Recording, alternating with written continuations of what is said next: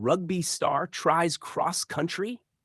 You won't believe what happened at the Australian Cross Country Championships. In the frost-kissed dawn at Stromlo Forest Park, when the elite runners of Australia lined up under a sky still bleeding from night, did anyone truly expect a rugby league immortal to step out of the shadows and rewrite what the word possible means? August 23rd, 2025. Canberra's air bit at the lungs as 4,000 athletes gathered for the Australian Cross Country Championships. Among the singlet-clad distance kings stood a 23-year-old mountain of a man in an unassuming black tee, Hamiso Tabuai-Fidow, the Dolphins' electric fullback, the hammer they call him, a name earned toward NRL defenses at 100 meters in 10.5 seconds. He had never raced further than 400 meters in competition. Today, he was attempting 10 kilometers of rolling hills, mud, and merciless climbs. Please like, share, and subscribe for more sport talk content. The gun fired and the field surged forward like a startled herd. Within 200 meters, the Kenyans, the Victorians, the lifelong distance warriors were already stringing out. And there, tucked in the top 20, was a figure who looked like he'd wandered off a Bondi Beach touch footy field. Quads the size of most runners' torsos, shoulders rolling with every stride, breathing like a freight train, yet refusing to fade. Kilometer after kilometer, he hunted. Past the dam, up the brutal climb the locals call Heartbreak Hill, through ankle-deep slop that sucked shoes clean off. Commentators on the live stream did double takes. Spectators who'd come to watch their clubmates started whispering, then shouting, "That's the hammer! That's the bloody hammer!" At the 8-kilometer mark, something sacred happened. The leaders were fading, legs turning to concrete, while Tabuai-Fidow's stride actually lengthened. He moved through the field like a shark through minnows. 10th became 7th. 7th became 4th. With 1 kilometer to go, he latched onto the heels of Stewart McSweyn, the Olympian, the national record holder, the man who lives at 4,000 meters altitude just to be this good. The final 400 meters was pure cinema. McSweyn glanced across, saw the rugby player still there, eyes wild, mouth open, giving everything. They hit the finishing straight side by side. The crowd, now a roaring wave of disbelief, surged against the barriers. Hamiso dug one last time, arms pumping like pistons, and crossed the line in second place, only 3 strides behind the king. 30 minutes, 41 seconds for 10 kilometers of hell on zero distance base, in football boots, because he forgot his spikes.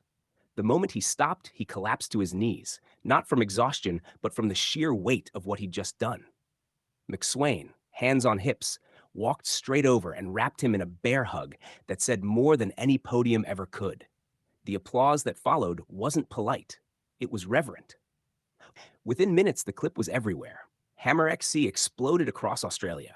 League tragics who'd never watched a running race in their lives flooded the comments. He just ran 10 kilometers faster than I drive to work.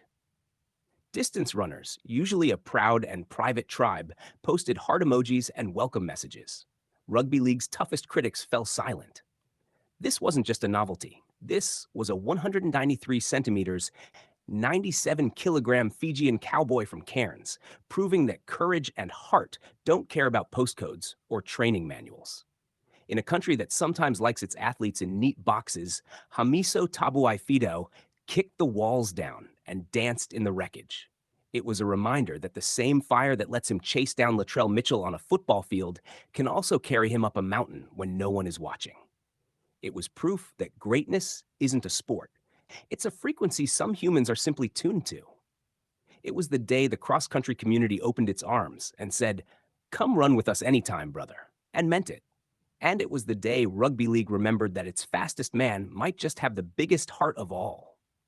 Later, chest still heaving, mud caked to his calves, Hamiso found the microphone. Voice soft, almost shy, he said, "I just wanted to see if I could finish. I didn't know second was even possible. This one's for my mum back in Cairns. She always told me pain is temporary, quitting lasts forever." Stewart McSweyn, still catching his own breath, laughed in admiration. "I trained 12 months for that course. He rocked up in footy shorts and nearly beat me. Respect doesn't even cover it."